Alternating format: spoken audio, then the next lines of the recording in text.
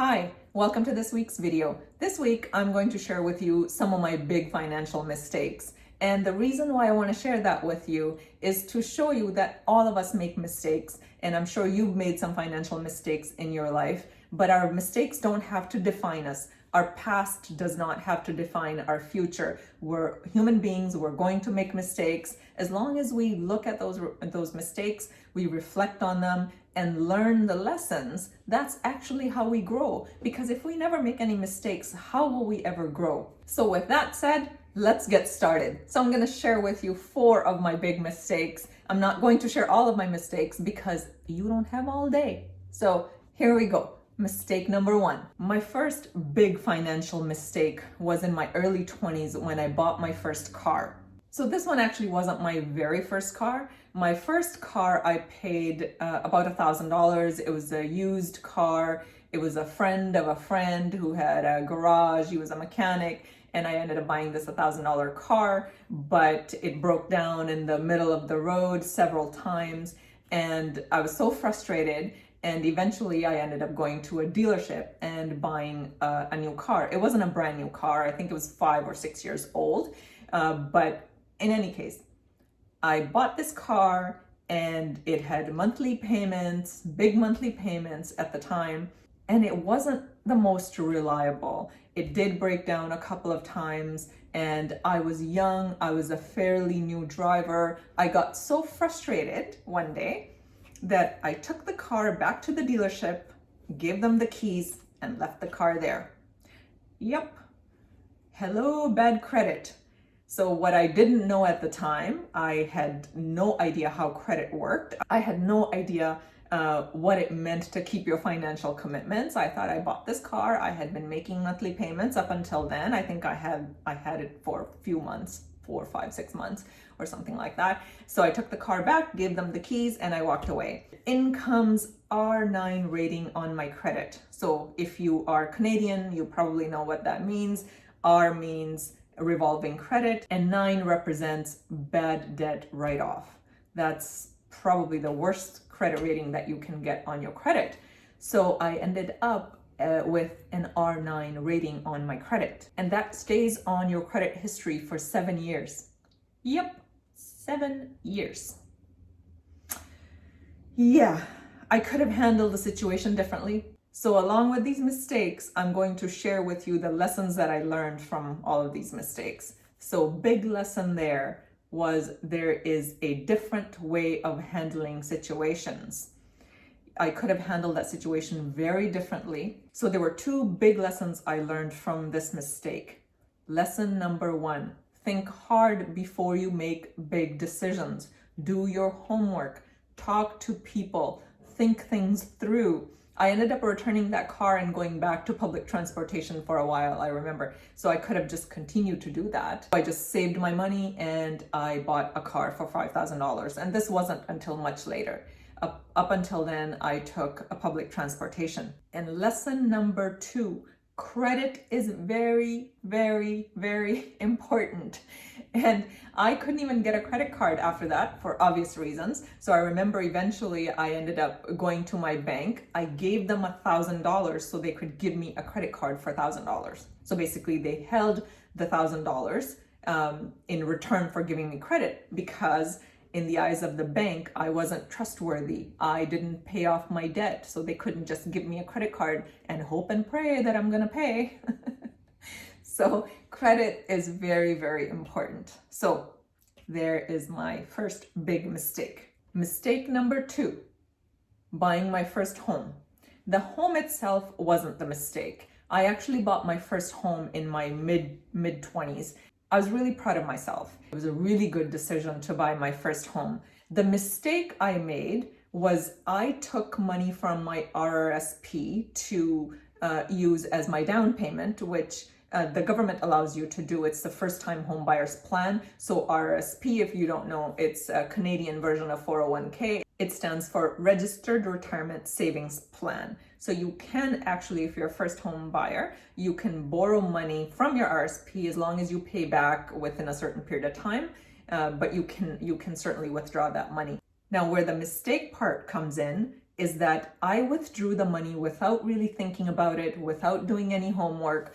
I think I had $10,000 in my RSP, so I thought I'll take the $10,000 because the home was not that expensive.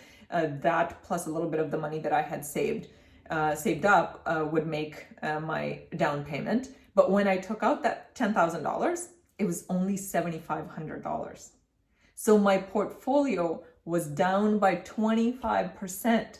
So I ended up depleting my RSP account at that point because I took all of it out thinking I'm taking out $10,000, but it was only $7,500. So what are the lessons that I learned? Two big lessons. Number one, know and learn how money works. What does it mean? What does it mean to invest your money? What does it mean to look at the performance of your portfolio? It's not as difficult as sometimes we tend to think. It just takes a little bit of time, a little bit of interest to learn what that means, to be able to read your statements, to be able to know what's going on. That's lesson number one. Lesson number two, which is part of lesson number one, is become your own expert. So I had this financial advisor who had my money invested at that time. He didn't tell me any of this. Although you can say, well, it's my money, so it's my responsibility, which is very true. But he did not tell me, look, if you take your money out, this is what's going to happen, or advise me of possibly exploring other ways of coming up with down payment or anything like that. He didn't do any of that. So that just goes to show nobody cares about your money more than you do. And it's not anybody else's responsibility but your own to take care of your money. That was a big lesson. So that was a huge lesson that I learned from my mistake number two. Now, on to mistake number three. Fast forward to 2009. I sold a home. It wasn't the same home as mistake number two. It was another home. It was just the circumstances. I had left a relationship. I had to sell my home. And I sold my home, which had a little bit of equity in it, but I didn't pay any attention to the mortgage terms or anything like that. It was the circumstances, and partially it was lack of knowledge on my part.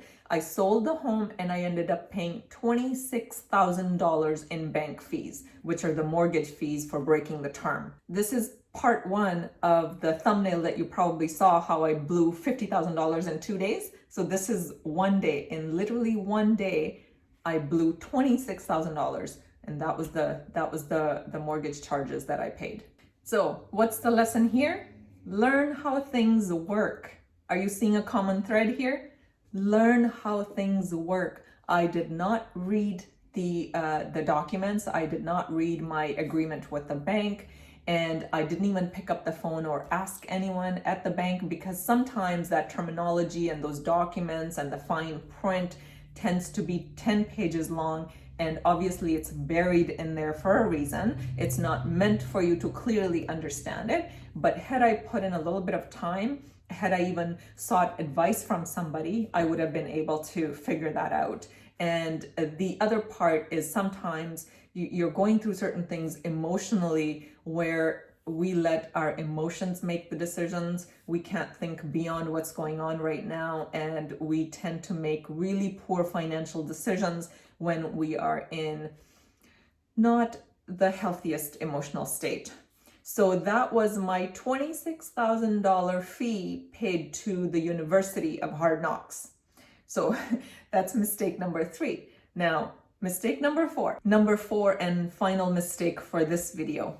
In 2014, I wrote a book and I ended up self-publishing it. It came out in 2015. And again, the book itself was not a mistake. I'm very proud of the fact that I wrote a book, I published it. It was my dream to write and publish a book for many years. And I often, whenever I thought about it or if I would talk about it, I learned that so many people want to write a book. Almost everybody that I met felt like they wanted to write a book. You know, there's a saying that there's a book in all of us. And what I was watching and observing is that most people never wrote a book, although they wanted to write it. So I didn't want to fall into that trap. I said to myself, look, I want to write a book. I'm going to take this opportunity. By that time, I had been coaching for a while. and I was keeping notes. So I had a really good idea and really good outline of the book that I wanted to write. So I said to myself, okay, this is the year I'm going to write it. So I started taking some writing courses and publishing courses, the free ones online and some of them paid. So there was an ad that I saw of a publishing company that was coming to the city that I was living in at the time. So it was a free seminar for 2 or 3 days, and I signed up for it and I went there. And again, this has nothing to do, my mistake has nothing to do with the book. It has nothing to do with that company. It's just my own financial literacy, you can say. And so I went to this seminar and I learned a lot, so I could have just left it at that. But what I ended up doing was I ended up purchasing their highest package, which means that I would write my book, they would publish it, they would print X number of copies, and they would give me some marketing material. It was a pretty nice package, but the package cost $25,000. So I left that seminar that day paying $25,000. I got the book published, and then I ended up really doing nothing with it. I didn't promote it. I didn't really spend the time on it.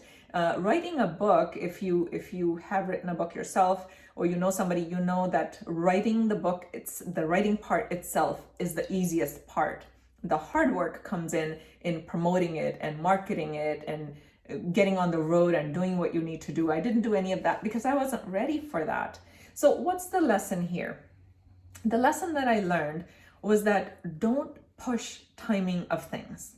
Don't push it. You know what you want to do and do the work that you need to do, but things will fall into place in their own time. So don't push it. In other words, did I need to do it right there and then? Did I need to publish it that month or that year? Not really. So I paid a premium price for meeting an